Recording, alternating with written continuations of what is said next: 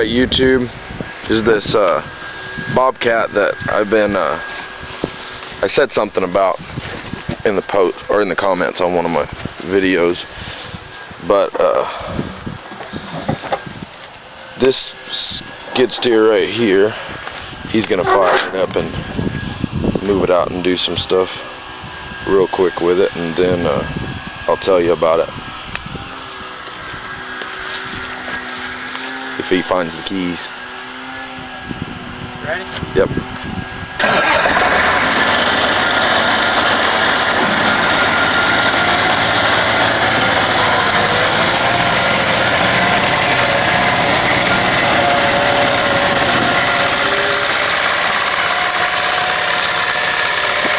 Diesel, it smokes a little when it fires up.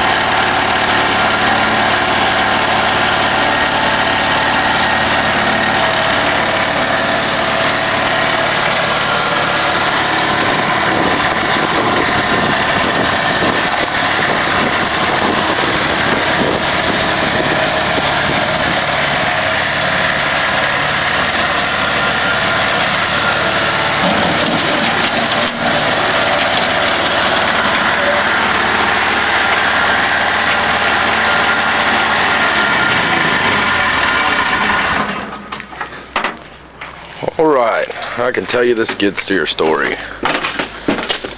So this is a, what year is this? 85, somewhere around there. So it all started when I bought the other bobcat that you've seen on my other videos, and it had a bad wheel drive motor. And this is a wheel drive motor right here. There's two of these wheel drive motors that runs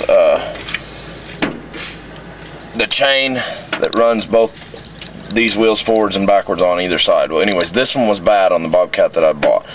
Well, my buddy works for a construction company, and he knew about this thing that was sitting in a town 2 hours from here at another place that the construction company had, and he asked about it, and we got it bought.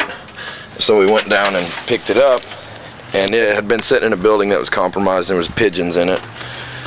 and we spent a few days cleaning it up and getting everything lined out. We're going to just use it for a parts unit, but I wanted it all cleaned up so we'd know what we had. Anyways, so the wheel drive motor turned out to not be the same as the other skid steer, and this one had the little gasoline motor in it, and it threw a rod. Well, I had another friend who worked for a reefer unit repair company, and they threw away several of these Kubota engines, and I was able to buy 2 of them, and therefore running the reefer unit on the front of a semi-refrigerated trailer. But so I said in my crazy brain, why don't we try to put this engine in there, because it's just a pump that has to be turned.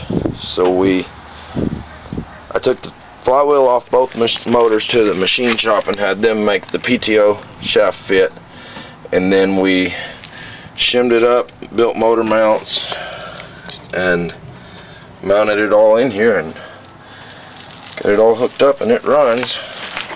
It works. I think the only thing they have left to do is they had to move the oil pressure gauge inside, and they got to customize the back door because the other engine was a little shorter. It set in further, and some other small things. There's not the throttle lever isn't hooked up. You can't. It just runs at whatever idle that it runs at, which is more power than the other engine made. So anyways, I thought I would make a video about this thing, and I mean, she's not nice, but she's a worker, and that's what matters. But alright, signing off.